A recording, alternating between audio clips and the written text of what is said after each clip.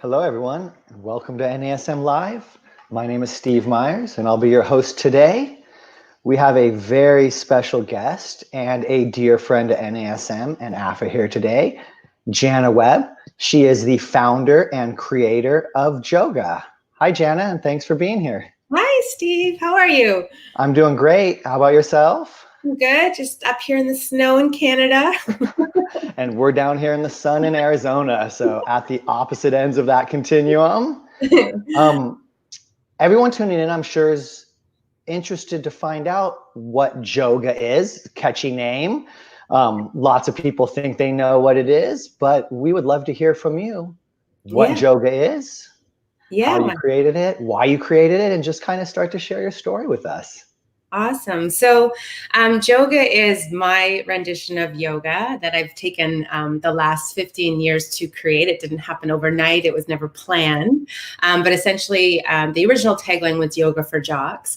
And what I did was took all of the things that I loved about yoga in terms of the breathing and the relaxation and hybrided it with what I understood about sport. I was an athlete growing up, and I had a tight body, I had tight hip flexors. And the first time that I ever did yoga, it was, one of those situations where I shouldn't have been doing it, or I pushed myself beyond my range of motion. I was that typical athlete, right? Yeah, I was going to say that competitive athlete in yoga. Yeah. And, and that's just, in terms of being an athlete, like we are very much coached to do whatever we're being told to do. Right. And so 100%. if that yoga teacher was up there, like putting her, leg behind her head and standing on one finger, well, I was going to try it and I was going to do it better than the person beside me. Right. And so 100%. Right. And so what happened is I ended up, hurting myself. I hurt my back because I just didn't have the mobility to do those traditional yoga postures or movements. But I always say it was like a really bad relationship. I kept going back because there was things about it that at that point in my athletic journey that I hadn't learned in terms of the breathing and just this idea of being on a mat and not, moving or kicking the ball or doing anything. Right. So that part was, is why I kept going back. Yeah. So anyway, so long story short is I loved everything about yoga in terms of the breathing and the relaxation, but I couldn't do the physical postures. And so I've kind of spent the last, 15 years of my life doing the best job that I could to bridge that gap between yoga and sport. That's awesome. Yeah. Tell just a little bit about your education, Jana, where you studied, kind of your focus, and just what really drove you to get into sport, fitness, and everything, just beyond you being an athlete, of course. Yeah, so I ended up actually going to Japan when I was, I guess this was after my first marketing job. I had, worked for Corona. I'd done all these amazing things. I had traveled Australia. I'd basically done a lot of things since the time I was 17 years old. I was going to go to college and play volleyball. But, at 17 years old, I couldn't choose my career at that point. There was too many options. I didn't know, like most people, right? Like, how do you For sure. do when you're 17 years old? And so I'm just a yes person. And so by the time from 17 to 24 years old, I just said yes to everything. And so I worked in marketing. I had my own company. Like I was running my own office at like 20 years old for an advertising company. And then I worked for Corona Canada. And then I ended up, and this is where this transition happened at, I guess it was 24 years old. I was in a baby car accident. And I was working for Corona Canada at the time. And I ended up having to quit my job because I had all this soft tissue damage. And then that was when everything shifted for me. And I remember I was watching Oprah at the time, and she was talking about aha moments. I don't know if you guys remember those, but I was like, Sure. this isn't mine, right? I was lying on my couch every day, like just watching TV. And I was like, what do I really want to do with my life? And at that time, my best friend was a dancer. And I grew up in a very small town in rural Alberta, which is west side of Canada. And she always like came to school, and she was always like so stoic and beautiful. And she was the dancer and I was the jock. Like I had my sweatpants on, hair in a ponytail. But I did always want to dance and perform, but I just had never done it as a child. And so at 24 years old, when Oprah was talking about her haha moments, I was like, that's what I want to do. Like, I want to be a dancer, and I want to like be on stage and perform and do all these things. And so I called her up and I was like, hey, buddy, I was like, what's that school that you went to, you know, after we graduated? Mm-hmm. And she was like, it was the Randolph Academy. And it's a triple threat school. So it's singing, dancing, acting. And I was like, you know what? I think I might like apply. And she's like, oh, buddy. She's like, you have to like dance or like you have to know how to. And I was like, I'll go anyway. So I auditioned and they're like, well, what's your skill? Like, which one of the triple threats are you good at? And I was like, well, none of them, but that's why I'm going to school, because I want to get good at all of them. I want to do all of it, right? Well, there you are. And so anyways, so I ended up, I applied for the school and they let me in based on all these premises that I was going to have to do extra work, like extra singing tutorials, extra dancing. And given at the same time, I had just been in this little car accident. So I had all this soft tissue damage. So long story short is I started to see this lady named Glenda. She was my singing teacher. And I was still going to physio and doing all these things for this injury I had in my shoulder. And she started to notice all these restrictions when I was breathing. And she started to do all these moves with me at the wall. And it started to make me feel better. And I was like, what is this? And she's like, it's yoga. And I was like, what's yoga? You know, I had no idea. This was many years ago. It was like 20 years ago, right? And so I started to go to her classes. I started to work with her one-on-one. And then that's kind of what fed me into this yoga world. But at that point, I was just doing these little positions with her. And then because I was a student at the time, I got like what would be called a Groupon now. I went to every single class I could possibly, you know, go to for under $20. And I ran around to all these studios. And that's where I made this observation that regular yoga wasn't designed for people like me, right? And then I ended up graduating from school. I got a TV job right out of school. I did all these things. I kept my yoga practice up. And then I ended up in Japan. I got an opportunity over there to do something. And so something, it wasn't, it was to teach English. I was like, I had this TV show and I was like, this isn't what I want to do. There's got to be more to life than this, right? I was hosting this show. And so I ended up in Japan and I was craving yoga for my body. And so I found this only English speaking yoga class, like 2-hour train ride in Tokyo. And, you know, that in itself was an adventure because I don't know if you've ever been to Japan or China before, but everything's in kanji and like the trains are very overwhelming. Anyways, so I take the train, I get to this yoga class. I'm so excited to do yoga. And I open the door and this lovely British lady's like, hello there. And I was like, oh, hi. And I was just so excited that somebody was speaking English, first of all. Of course. You know, because we do, you know, I don't speak Japanese. And and she's like, you know, the yoga class has been canceled today. And I was like, what do you mean canceled? And she's like, well, I came 2 hours. I came 2 hours, don't you know? And she's like, well, we're actually doing a certification for people to become yoga certified. I was like, oh, well, that sounds cool. How much is it? And it was like 7,500 yen, like something ridiculous, very expensive. And I signed up on the spot. And I was married at the time. Yeah, and my husband and I went there to like save money, you know what I mean, to buy a house and things. And I ended up signing up for this thing that was going to consume all of my time. But I will say that very first day I signed up, they gave me my manual. And there was a translator there, right? There was a Japanese lady and a translator. And the minute they started to like do these moves and say all these things, even though it was in Sanskrit, I had this like innate ability to basically be able to intake all of the information and be able to spit it out, regurgitate it, and teach it like that day.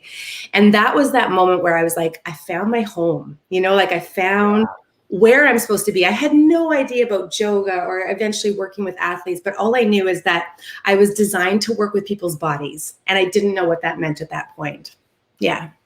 That's awesome. You know, in all the times that we've talked and spent together, I never knew you actually graduated from the Randolph. I didn't know that. Yeah, well, we had talked about the joke of, you know, your friend and her being all limber and, you know, stoic. I've heard all of that stuff before, but I was like, when did she leave the school? And I was like, she actually graduated. We never ever talked about that. I graduated and I did that double pirouette and I got in the main show at the end and I did it all, right? And so no, totally, which is exactly who you are. I mean, everything that you have done has been pretty amazing, and what you have accomplished has definitely not been a road that's been paved by anybody else. Exactly. Yeah, so that's awesome. What really led from there then? You know, you figured out that was what you were meant to do. You wanted to work with people's bodies. What kind of came next? Right. So we went back to Calgary, which is a city here in Canada.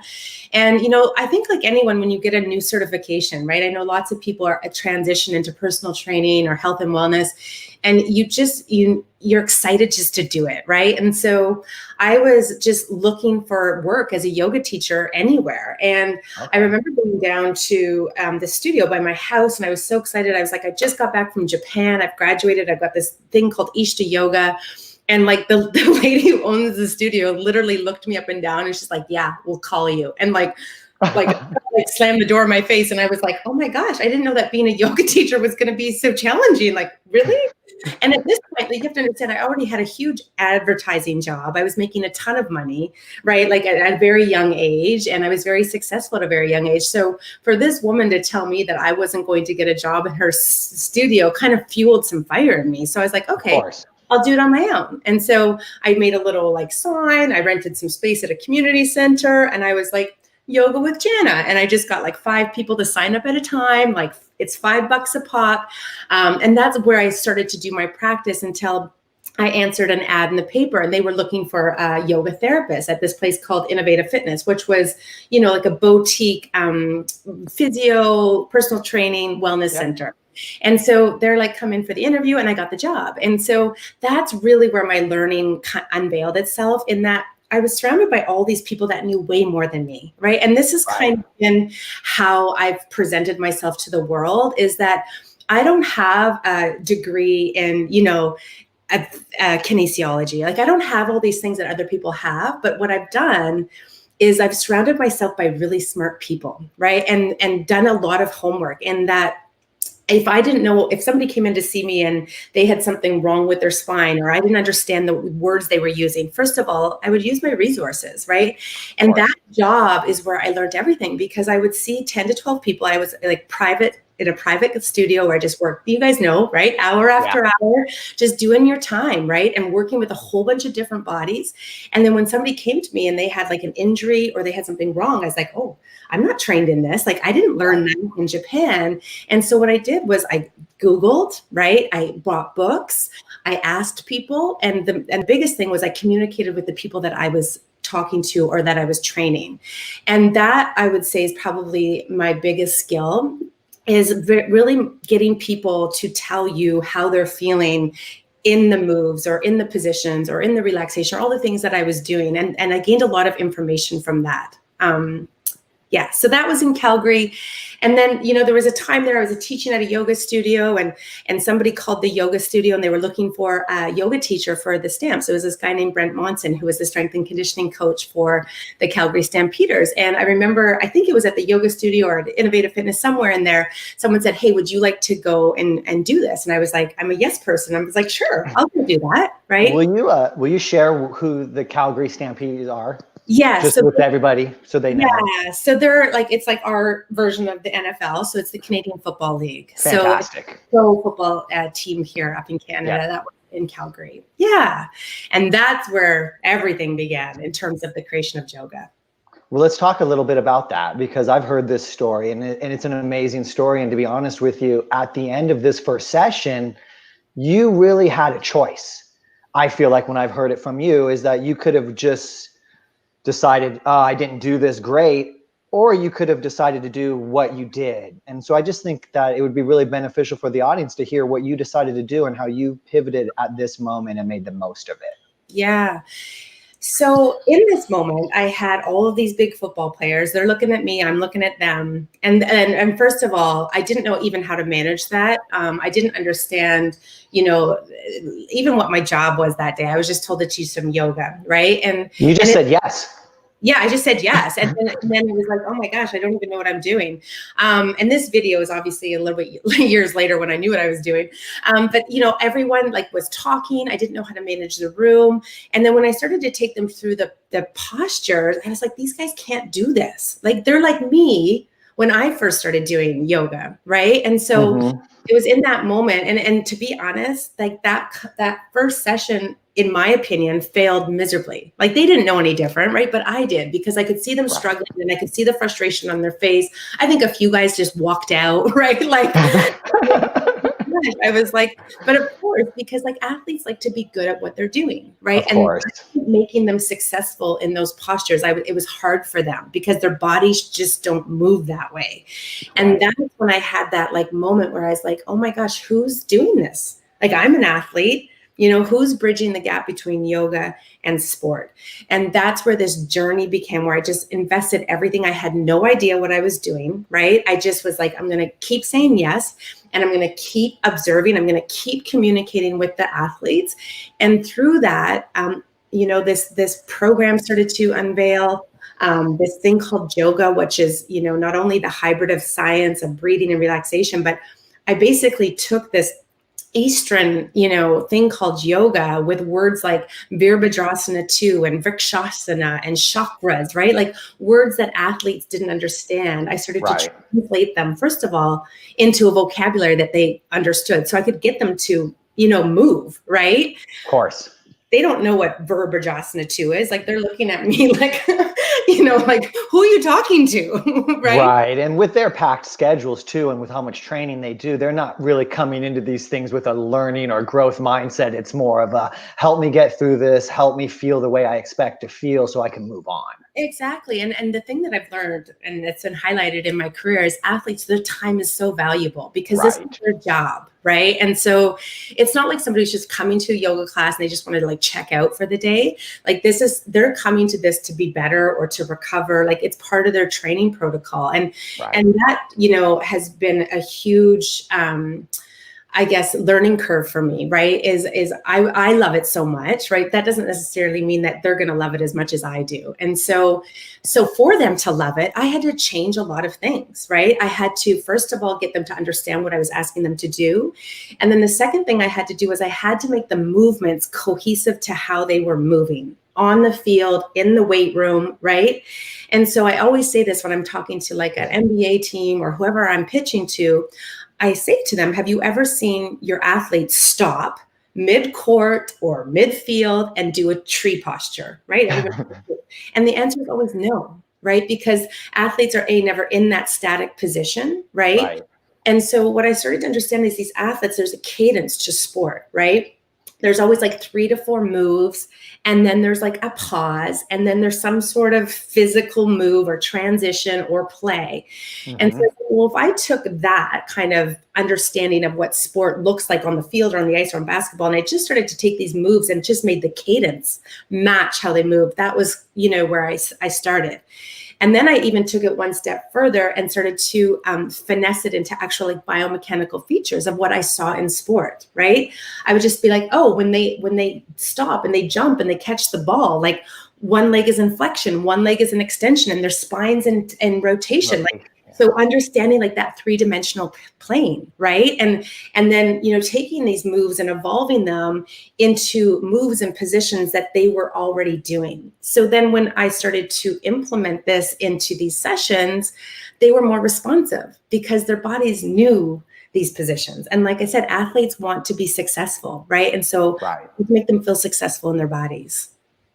Can you talk a little bit about the activation aspect of Joga? Because we've talked a lot about how it's yoga and for athletes and stuff like that, but really one of the big differences about Joga is that you are activated. You are not in this relaxed, slumped position. And then also I would love for you to share about the hand positioning, because in some of the photos we're showing here, we've got this hand position. This is not an accident. This is a very directed part of Joga. And can you just talk a little bit about how that connected to sport and how the athletes resonate with some of that verbiage and how you really explain to them what they're doing, where they go, and how that translates to how they're going to perform? Yeah. And again, this has taken years to, be able to regurgitate this information, right, into like this program, because it's been through trial and error and learning from people around me. But what I, always talk about is like neuromuscular movement, right? And so Joga, we talk about like the human system and how we could get the most efficient result in the least amount of time. Because sometimes like I get told by a strength and conditioning coach, like, you've got 10 minutes or you get 15 minutes or you've got 20 minutes. So it's really taken me like understanding, okay, what needs to go first, right? So I can get this result over here.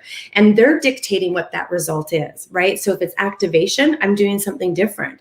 If it's to get them into parasympathetic nerve and recovery mode, I'm doing something different, right? And so in that 15 or 20 minutes, it's taken me to understand the human system and how we can stack the systems of the body on top of one another to get the most proficient and efficient results. So for example, in Joga, we always start with breathing, right? To not only just to balance the left and the right brain and to get the body into a place of composure for balance and focus, but also just to warm up the lower and upper body in terms of neuromuscular movement, because most athletes are in rotational movements all of the time. So there's this understanding that you need to be able to separate your upper and lower body. And so if we can just start with breathing, belly and chest breathing, and isolate, then when we start to move into that transverse plane, that athlete is already prepared for that movement, right? And then we start talking about the circulatory system, like going up and down, and how then the blood flows on the circulatory system, and how we use the breath to bring more oxygen in, and how we get rid of CO2 on the exhale, right? But if the blood isn't moving, we're not getting an efficient result, right? And then the last piece through all of this, through movement, respiratory system, circulatory system, neuromuscular movement, all of this stuff, then we just look at actual how we move, right? And Joga is very much about like the kinetic chain. And we talk a lot about foot to hand mechanics, because if you think about it, a quarterback, they plant their feet, right? They go to make a play, right? That kinetic energy is moving through their body. And the last thing they do is throw the ball, right? So with Joga, every little nuanced cue means something, like whether and we start from foot to hand, and whether that's a big toe cue, right, to get some sort of impact into the pelvis, right, for stabilization, whether it's one of our core cues to like stabilize the spine, or whether it's a cue from our hands to find that stabilization in the shoulder joint, right? But we work with the kinetic chain. We're very specific about joint purpose. And so, if the foot is a stabilizer, sometimes we just need to work there and work those intrinsic muscles of the stabilizer or of the foot, because if that foot's not doing its job and that athlete continues to throw that ball over and over again, and we have some sort of dysfunction along the kinetic chain, that's when we start to see overusage and injury, right? Because if the ankle's not mobile, if the knee's not stable, if the hip, right? So it's understanding kinetic chain, it's understanding joint functionality, and then it's understanding how then we can move kinetic energy through this body with more efficiency, knowing that our end game is always going to be either a performance gain or it's an injury prevention technique. You brought up the cueing. You've also brought up the lack of success that athletes felt they had, or that you noticed they were having. We don't know if they felt it or not, but you were not satisfied with that. Share a little bit about the cueing system. I mean, I've experienced the cueing system. It's absolutely insane in Joga. It's super precise, but can you talk a little bit about how you actually readjusted the cues you used to meet the athlete's needs? Yeah. And again, there's a lot of education there, right? And Joga really does expose weaknesses. And that's when I say, like, athletes, at first to get the buy-in's a little challenging, because again, they don't want to know where some do, right? But it's exposing weaknesses, because essentially what we're doing with Joga in terms of the strategy of the positions and the movements is we're fatiguing all the big muscle groups that are the primary movers, like the glutes and the quads. And then when we go into those static holds, which are very strategic and placed in very specific parts of the program, right, all of a sudden we've taken out all of those big muscle groups, and the athlete or the body is forced to use all those intrinsic stabilizers. So what this does for the coach, or for somebody like me coaching them, is it shows where those weaknesses are in the joint chain, or whether it's a lumbar stabilization issue, maybe it's a glute med like fire issue. But in our training program, that's what we talk about. We teach coaches what to look for in the athlete's body, right, to identify the weaknesses, so then they can use the program or talk to the strength and conditioning or physio or whatever to make it better, right? But the cueing system itself is, besides the foot to hand, is all based on the spine, the stabilization of the spine. Because if you think about it, if an athlete can find stabilization in any moment, right, whether they're getting hit, right, and they can have stabilization, or whether it's in a transition, right, and they can have stabilization. So our program, the magic of our program is in the cueing, and that every single cue we're lower, pelvic lumbar stabilization, right? And it's essential for these athletes because they can practice this in a safe spot on their mat. And what we talk about is repetition, just like their skills and drills, right? If I'm a hockey player and I've been like practicing my stick handling or my slap shot since I was 4 years old, right? Yeah. This just becomes a part of what I do. And yeah, the muscle memory. The muscle memory. And I talk to athletes like, I'm like, at first, like, you might not be good at this, but it's just like everything you start, right? You're not going to be good at it right away, but the more you do it, it embeds in your neuromuscular system. It becomes muscle memory. And then those intrinsic things that we're creating in the body translate into what you're doing, whether you're lifting weights in the gym, whether you're, making a play on the field. And that's the goal, right? Is to make these moves and everything that we're doing in terms of three-dimensional movement, embedded in their neuromuscular tissue. So it just translates into all of the other pieces of the puzzle. Yeah. Did I answer your question? 100%. Yeah. I guess I really wanted you to talk though a little bit too about the fact that you use body parts to cue and you do things like this, which really kind of erases the comparison or the I'm not so good at this, or it really just kind of serves the efficacy of the athlete. Yes. Yeah. And this is a huge differential, right, between yoga and yoga. In yoga, they talk about like, just, lift your heart, like open your heart center, right? And find your third eye. Like if I said that to an athlete, like they're literally looking around the room for their third eye, right? Like, where is it? And again, it's just, and it's not like there's anything wrong with that, right? Like athletes, like this is 20 years ago when we created this stuff, but we have to remember like athletes are in game mode all of the time, right? Yeah. And so if I use a language that says open your heart center, that translates into their brain into something like different than what we're trying to achieve in that moment, right? Athletes do hard things, and so athletes we need to be training them and working with them in a way, again, that is cohesive to their mindset, right? So if we say open your heart center, right, then all of a sudden it's like, I'm in this challenging position and you just told me to open my heart center. No, this is hard. Like, tell me something else. Tell me something to stabilize my body. And so all of our cues with Joga are bone cues, which again is a way for people to, because if you say engage your core, like, what does that mean? Right. So when everybody may have a different, opinion of what their core is or an understanding of what it is. Exactly. So we teach athletes very different way in many ways to engage their core, because you might do one thing, engage your core, and nothing happens, right? And so we use bone cueing, we use foot and hand mechanics a lot, to find that stabilization from pelvis to shoulder girdle and everything that happens between. And the other reason we use bone cueing is because if you think about it, you can visualize the skeleton in your body, right? And so if you say, draw your pubis bone in and draw your lower ribs to your back ribs, if you visualize a skeleton and the bones, somebody can actually visualize themselves doing that. Right. And if we understand fascia, right, like, and that whole, anterior fascia chain is connected to our three cues, which is the pubis bone, the ribs, and the sternum, right? And so we use those cues because we know that if we're trying to get a neuromuscular response, then that's the language we need to be talking in, because that's where that fascia attaches to, right? Yeah. Well, let's talk a little bit more about language, because not only do you actually have to resonate with the athlete, but you have to get through other gates that are staged in any professional organization. So let's talk a little bit about that and kind of, like you mentioned already, you may have 10, 15 minutes. I feel like I've heard from you before that you kind of found your niche here by telling the S&Cs that you don't need to send your people out for yoga. You don't need to do all this. Let's bring this in-house. Let's incorporate it in. So let's just talk a little bit about how you did that. What it took, the struggles, the successes, because I know it's both, I remember you telling me that story of being out on the boat and missing the game and all. I'm going to tell that story. It's coming. I start this conversation by saying, again, like, I didn't know better, right? Like, I didn't know, first of all, what I needed to do to get into pro sports. I just knew at one point, like, that's where my passion was and that's what I wanted to do.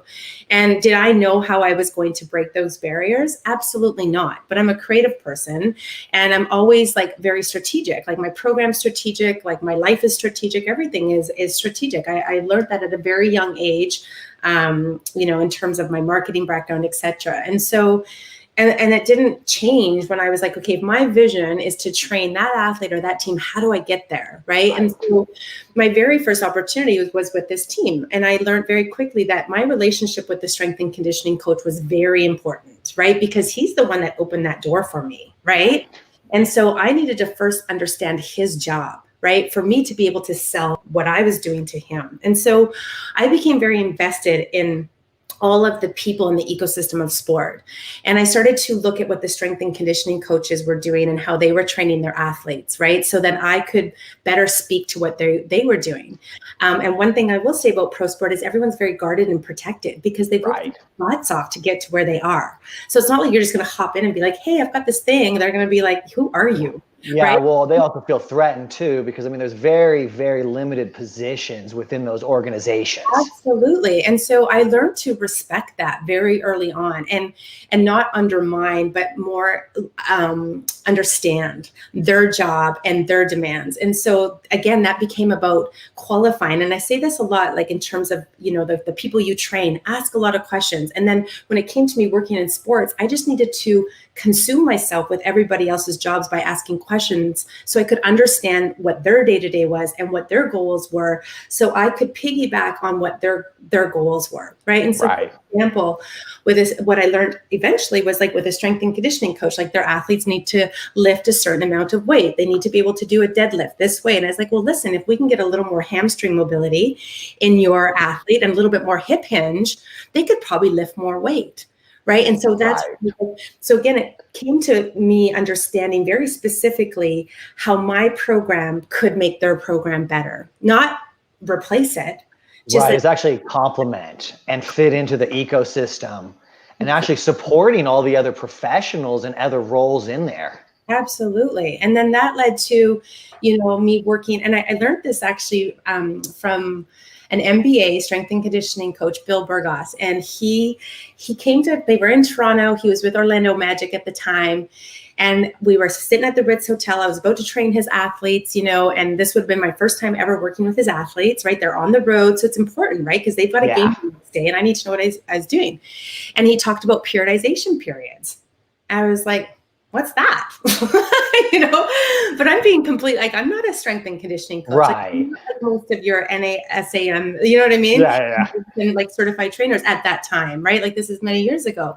And so I was like, oh, I need to learn this. Like, I need to understand like what this means. And so again, I was very honest with him. I was like, Bill, I need to understand what you're talking about. And he's like, well, if I let my athletes do your program right now, how are they going to be on the court tomorrow? Like, is it, because again, it's understanding like, the challenging part about yoga, and we kind of skipped over this, is like, and this is where the big challenge is that a lot of athletes will go to hot yoga or go to yoga just like I did and force myself and overextend, right? The muscles and the ligaments and the tendons around the joints, and they feel flat afterwards, right? They don't have the tightness around their biomechanics, power and speed. And so that's a huge learning curve for me, because they would do like a restorative yoga class or something, and they would be like, oh, I didn't feel like I had that power. And so I learned that very early on, and I used that to differentiate again what I was doing. I was like, we're not going to be holding postures, right? There's no heat. We're not going to overextend your, you know what I mean? Your ligaments and your tendons, etc.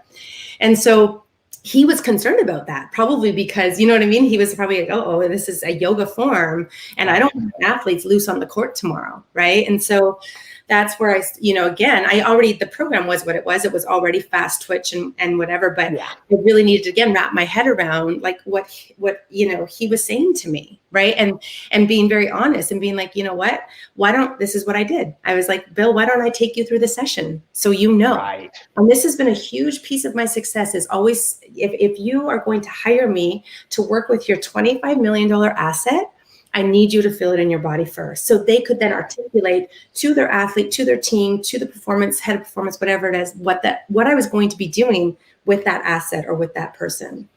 You also kind of honed in right there on something that you also provided value to the whole entire organization. And that was that they were traditionally just letting their athletes loose on any given day and telling them to go out and do something restorative or do something yoga based or stretching. And like you mentioned, that didn't always translate into what the S&C, the organization, the player, the coaches were expecting it to translate to on the court, the field. So to me, I feel like you've, again, filled this gap by bringing it in-house, letting the S&Cs experience it, working with them, and then really providing a service that fit exactly what they were hoping to get on that kind of you do whatever you want to do day. Yeah. And, this again came to me, somebody, a strength and conditioning coach from I can't remember, one of the NHL teams. I was like in their city and I was like, hey, we've got this great program, it's yoga. And he's like, heck no,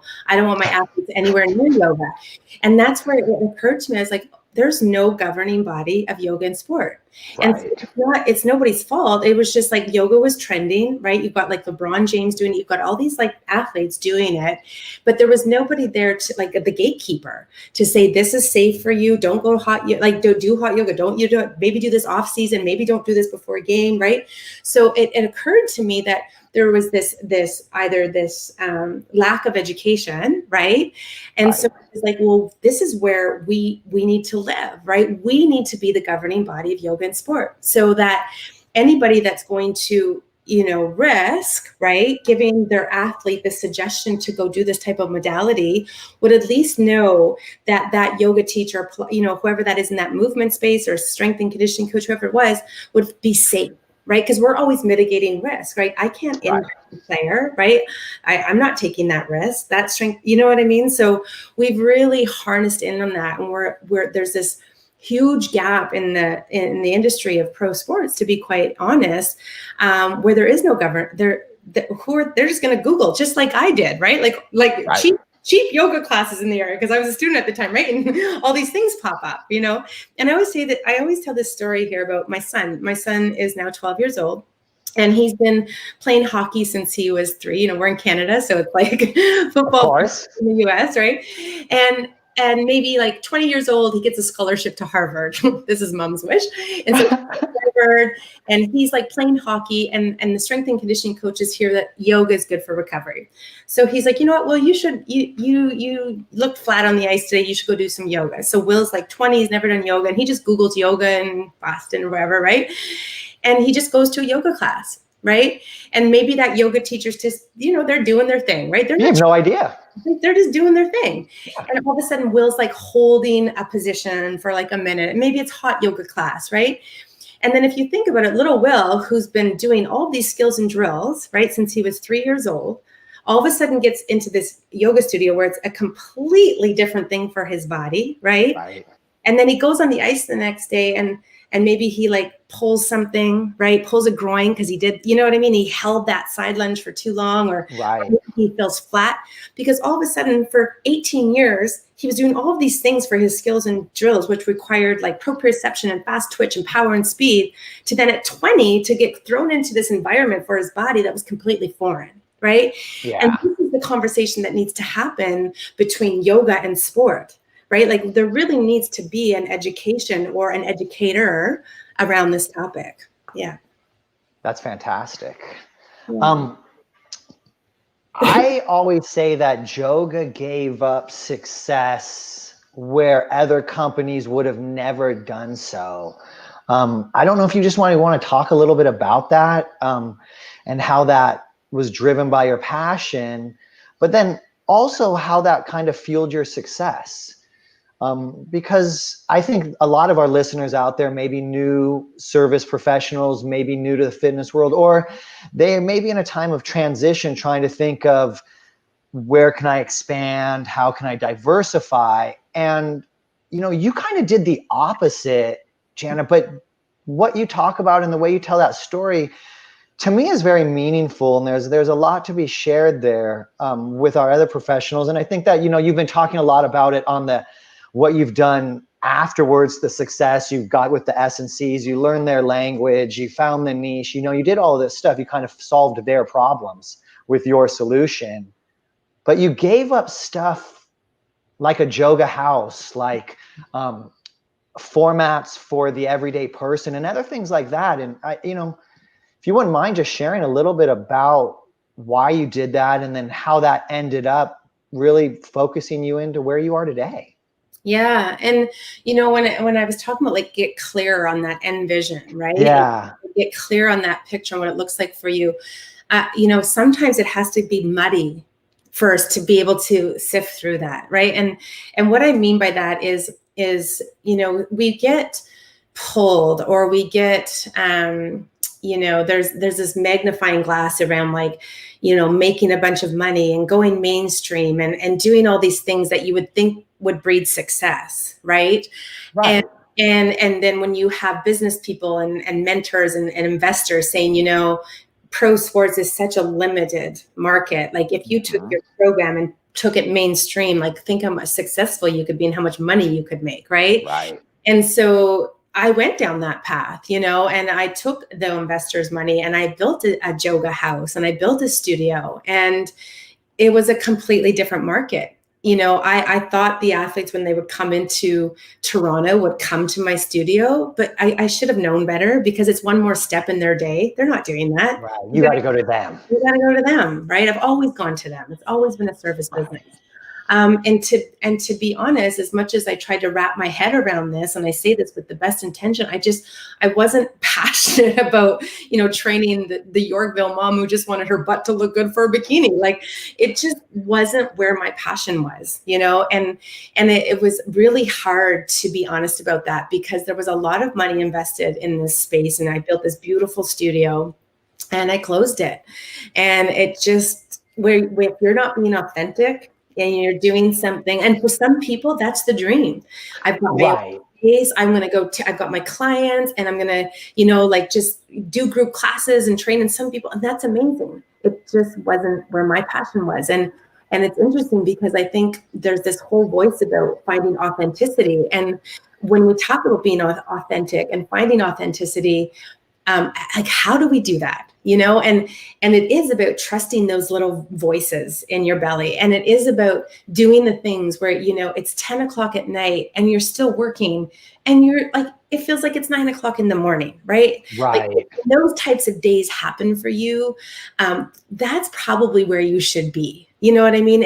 For sure. If it feels like work every single day and you're exhausted. I remember as a new yoga teacher, running around with my mat, teaching corporate classes, driving. Sometimes I brought my 2-year-old in with me, like he's crying. I'm like, I'm trying to make $35 here, parking, running around, like just like ran myself ragged. You know what I mean? When I was first starting.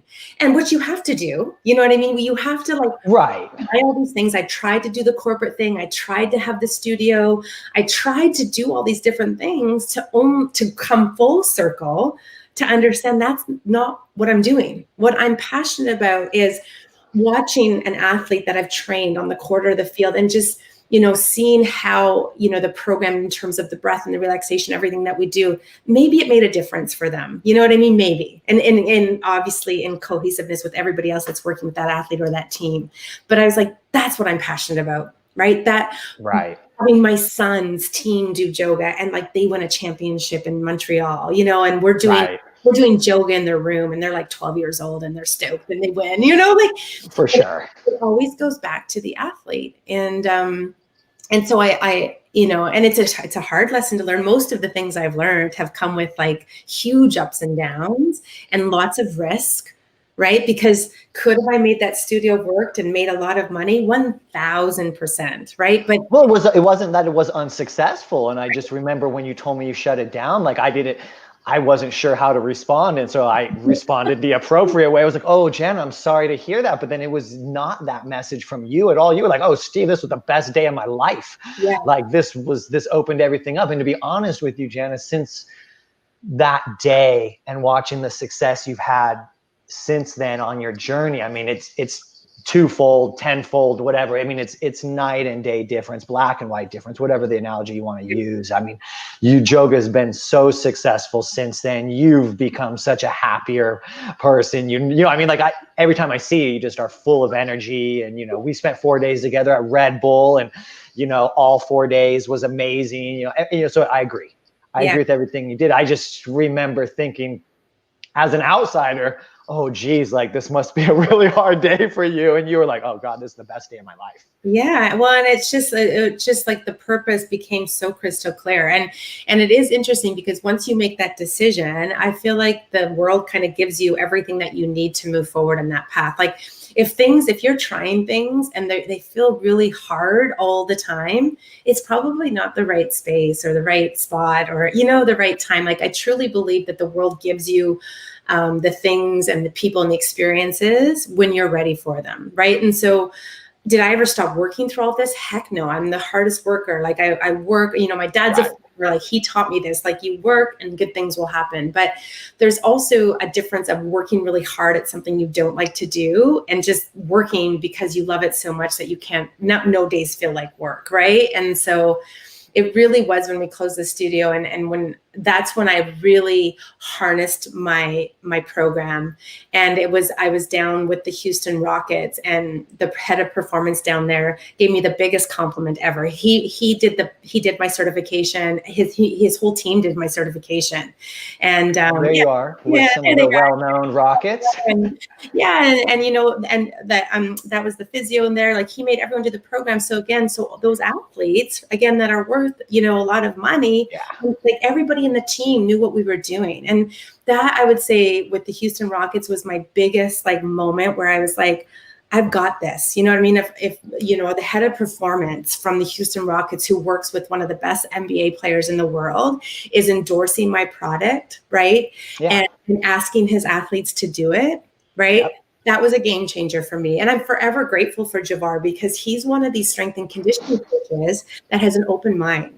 And, because there's some guys out there and girls that are just guarded and they're like, it's my athlete and whatever, right. But it's a completely wrong mindset. If your goal is actually to help that person, you're going to take you got to obviously filter, but he took the time to understand this thing that I'd spent 15 years built, you know what I mean? And did the certification just like you did. And so then he could say to his to the players, this is why you need to do this, right? Or he could say to PT, AT, to physio, hey, do this for prehab or whatever. So that was a game changer. Absolutely. Since you brought up the Red Bull training and certification, you did something really amazing during that time. At least it was really amazing to me. I don't know if everybody else in the certification took notice of it. It's probably something you've naturally do, Jana, just because of your marketing background. But when we were at Red Bull, and this was late February, you guys probably the last time a lot of us traveled or did anything in person in 2020. But we had, Red Bull had what, we believe to be the Olympic gold medal prospect in fencing there. And he was recovering from injuries. And you did a little kind of what I would call a live Q&A. I don't even know if I want to say it's a Q&A, but you demonstrated to the group how you provide value, how you open up a conversation. Miles didn't know you, doesn't really know you or anything about you. And yet, in those 5-10 minutes of what you did, I think that's super valuable to share with people. And I honestly think, there's no one who really does it better than you. If you wouldn't mind sharing a little bit of that story and just what you did, and then we'll kind of recap how people can take what you did there and kind of translate that to their own business or services, or if they want to expand into different regions or areas. Yeah, of course. So one thing I learned at a very young age, my first marketing job, was ask a lot of questions, right? And if you give people the opportunity to talk about themselves, they'll talk about themselves, right? Because that's where people feel comfortable because it's their story, right? And so, that with that day, that's exactly what I did. First of all, I think curiosity is the key word here, because if you remain curious about the person and about your career trajectory and everything in the world, then there's always something to learn, and there's a space for growth, and you can evolve, right? And I think, that day I just, I got into it. I'm like, I have no idea what fencing, like what's involved in fencing, right? I didn't even know he was a fencing athlete. He is just an absolute giant. So Yeah. you would assume, he maybe played in the NBA, or, he didn't look like he had enough weight on him to be an offensive lineman, but he Right. was huge. Right. I mean, like he had to have been 6'8" or so. Right. And we know he's at the Red Bull Center, so we know he's an athlete of Right. some sort, right? And I figured he wasn't a skateboarder. He's way too big. exactly. And I'm really always, understanding of my environment too, right? Like I place myself in certain places knowing who I want to train, right? And so Right. we're at the Red Bull facility. I know those are Red Bull athletes, but do I know specifically about him and his fencing? Absolutely not. And I think in those 5 to 10 minutes, I just, basically unveiled like what his day-to-day is, and then what a competition day looks like for him. And so what a competition day looks like for him is completely different than like an NBA player. It's absolutely crazy. Yeah, like he has to get into like game mode, like game face mode, do his thing, and then sit and wait for 4 hours. Yeah, I mean, he has to activate and then decompress and then reactivate and then decompress and then reactivate. And so by doing that, when we talked to him and he told us all of this, all of a sudden, like my brain obviously goes to Joga and what we're going to do to like in between those spaces. But that's quantifying, right? Like that's how you get better, right, at programming for your end user, right? If they're going, if I didn't know about Miles, right, and I just came in with my own idea of what I think Miles needed, that it wouldn't work, right? And so it's this constant like dance, and it's this constant like not only having that opportunity for them to open up and trust is a huge thing with athletes, right? Yeah. But it's also then having or providing solutions, right? And the only way you can provide solutions is by trial and error. Had I had that conversation with Miles 12 years ago, could I help him? Probably not, because I didn't know what I was doing, right? Right. So, but you quickly provided value. And I mean, you could see on his face even that he was surprised how someone who knew nothing about fencing or nothing about, the cadence of his competition or the length of his competition, you could see in his face, he was like, wow, like she really gets what I'm going to need right off the bat. Right. And and with athletes, it's everything, right? Like that thing there and that relationship thing there. And then once you've got the buy-in, then you're good. Right.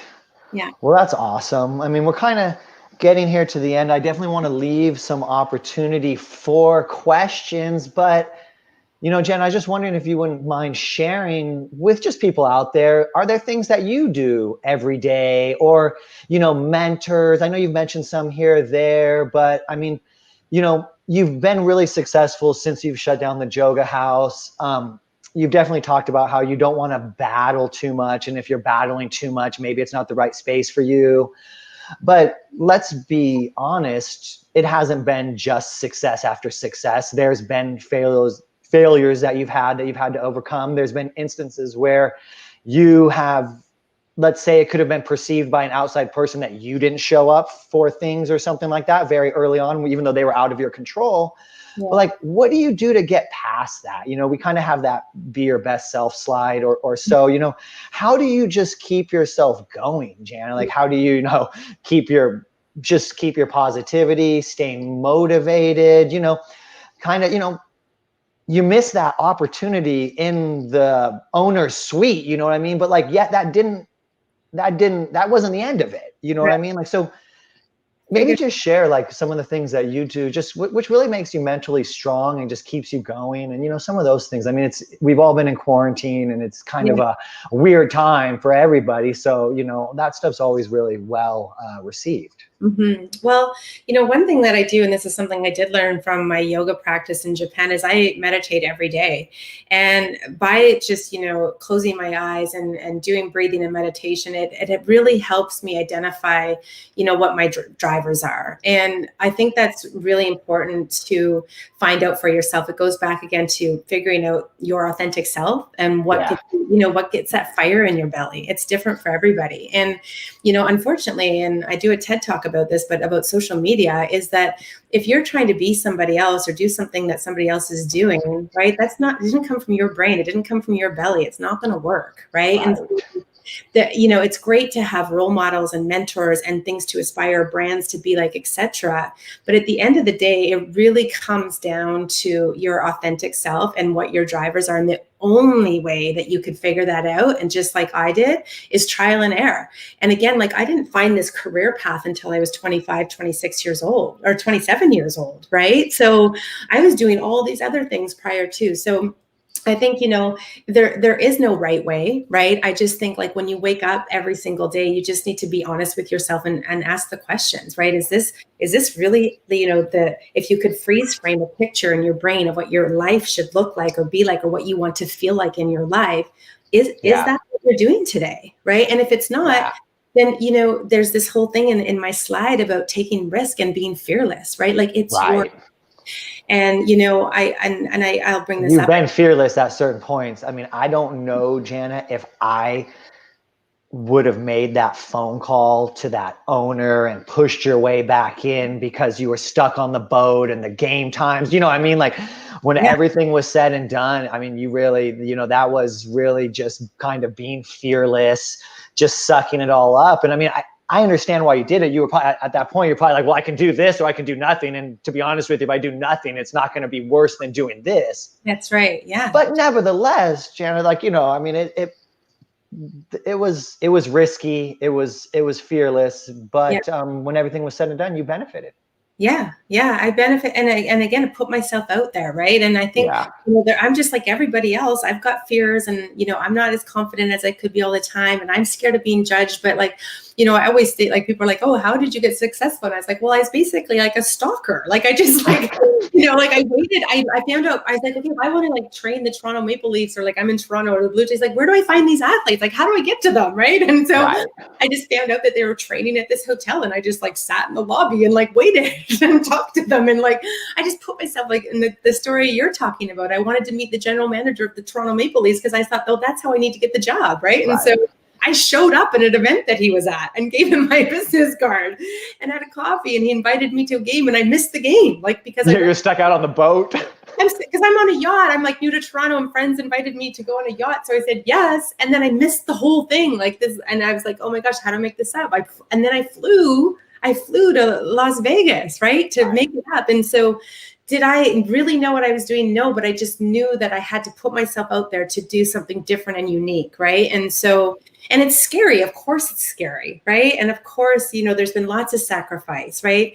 You know, I'm a single mom, and, like, I've missed a lot of my child's life, right? And, you know, and then, you know, I have to bring this up. 4 years ago, I was almost killed, and I have my life now. And so I got a second chance. And so, and I think a lot of people probably listening to this have been through adversity, and especially now with COVID, right? Like, when you get these second chances, or where you hear something and you're like, that inspires me, or that, like, those are signs, you know what I mean? Like, you know, get her going, right? Like, and I think because my life was almost taken from me, that I have this idea now that, you know what, we actually only have one kick at the can, right? Like, why not be happy every day, or be the best, or be as positive as you can for that day? Like, why not just think of something completely crazy that you think you want to do and just go for it? Like, why not? Why not? Why not? Well, we've talked a lot about Joga today. We've talked a lot about the workout, but I wanted to share with everybody that you won't only hear about Joga, but actually have the opportunity to experience it. So we are going to have another opportunity here on December 8th to experience the Joga workout live with Jana, led by Jana. And if you guys are interested in getting certified in Joga, you guys have an upcoming training. And because you are a NASM follower, you get a discount. And so we've got that up there right now. I'm sure there'll be more information about the training on the Joga website. Yeah, everything. Fantastic. We're really running out of time, but I do want to see if there are any other questions, or if we can answer any questions there. As they kind of pop up, Jen, I'll read them to you. Sure. Let me just take Greg a minute. They want to know, do you need to be certified personal trainer or certified in anything or yoga before you come to Joga? We recommend it. Yeah, absolutely. Because there is, and this is where this, this is awesome, because anybody that's come through, NASM to our course, Right. like it's awesome because like the Similar language and whatever. So we do highly concepts. because otherwise, if I don't say that, you could come and learn from me for the 4 days, but you're not going to get as much of it because there's so much kinesiology, there's so much science. So definitely you want to have some sort of foundation before coming in. Yeah. Yeah, it's intense. The training's really, really intense. It's very specific. Yeah. And you're going to move a lot. Yes. Oh, just people wanting to know how to get specialized in Joga. I would say go to the jogaworld.com. Yeah, come to Joga World to find out more information. You guys are doing virtual trainings now. Yeah, which is awesome. We're doing it in January every Wednesday, because before we used to do 4-day intensives, and right, that's what I got to go to. Yeah, which is awesome too. We'll put one of those in the calendar for next year as well. But this way it's once a week, and then because it's a lot of information, as you know, so it gives the people a chance to digest information before coming back the next week, right?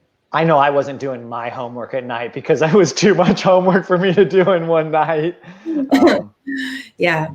So yeah, I mean, that pretty much wraps it up. And a lot of people were asking those same questions. So a lot of people interested in learning more about Joga or getting more experience. So I do invite you guys to come back to NASM Live on December 8th to experience the workout with Jana. But I do encourage all of you guys to get certified. You will learn a ton. You will get stronger. You will know where your weaknesses are, and you will be better. Yes. I laugh with them. Everybody. I mean, the first thing the S&Cs always say about Joga training, what was your first impression? It was a lot harder than I expected. I am hurting. Yeah. Yeah, and it's not hurting in a bad way, you guys, but like she says, she really fires up those intrinsic stabilizers. So you start to feel things you hadn't felt for a while. Exactly. Yeah. Awesome. Well, thank you so much, Jana, for coming on today. I can't wait for next week. Yeah, me too. It's December 8th, 2 p.m. Eastern, 12 p.m. Arizona time for a live Joga session with Jana. Awesome. Thanks, everybody. Have a great day. Thank you, guys. Everyone have a great day.